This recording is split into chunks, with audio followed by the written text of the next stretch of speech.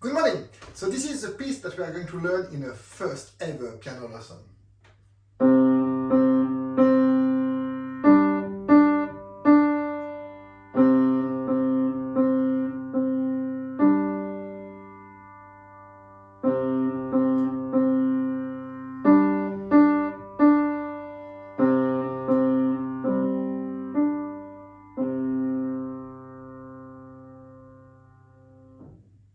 So it's part of my piano method called the Borenstein Piano Book.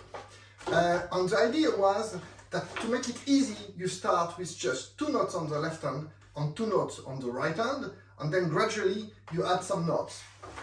So in this case, we have the C and the D on the right hand, and the C and the G on the left hand.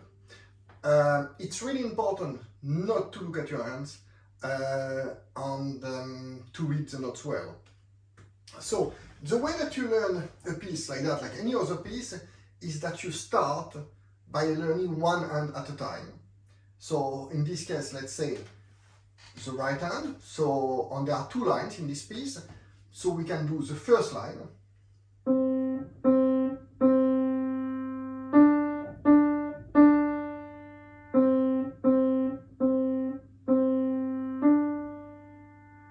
And then you do the same for the left hand.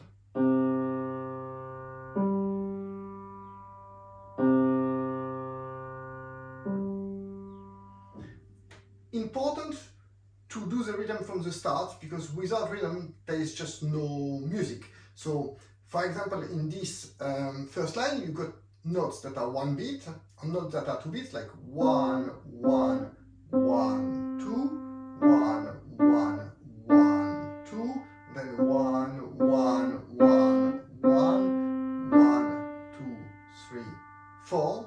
Because otherwise, if you play it without rhythms, it's a little bit like without meaning, like you do. It doesn't mean anything. The main danger here is that in piano, or in music in general, if you got 2 notes that are different notes, you link them, you don't stop as if you had a hiccup, which is easy whilst you got only one hand. So going from the C to the D,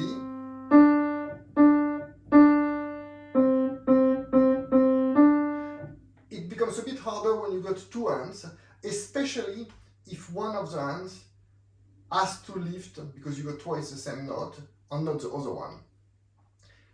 So when you've done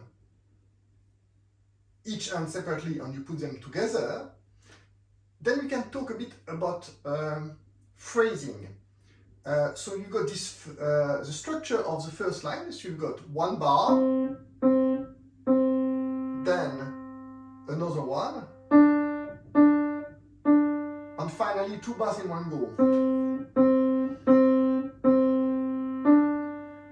And you can feel that that's the end of the phrase. Now in music, the way that you do end of phrases, that the last note will be either louder or softer. So you could do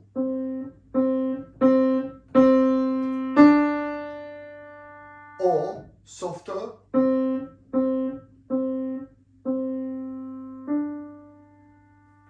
and to start the next phrase, again, it's a matter of how loud or soft it is. So if you decided to end the first phrase louder, so then the second line will start softer. So you do louder, and then you drop back. And then it feels like a comma or a full dot. If you do the other one, that you go down on the first, at the end of the first line, then you restart the second line louder. And then it makes sense. I give you an example of how you can end the piece again. So either you end it sort of with brio louder,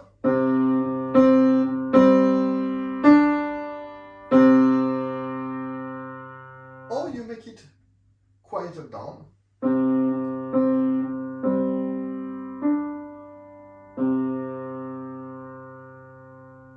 But because I'm a composer, and even if it's a really, really simple piece and it's just to learn the piano, the reason why I didn't put any dynamics are the loudness of how you play, so piano, mezzo piano, that you will see in other music,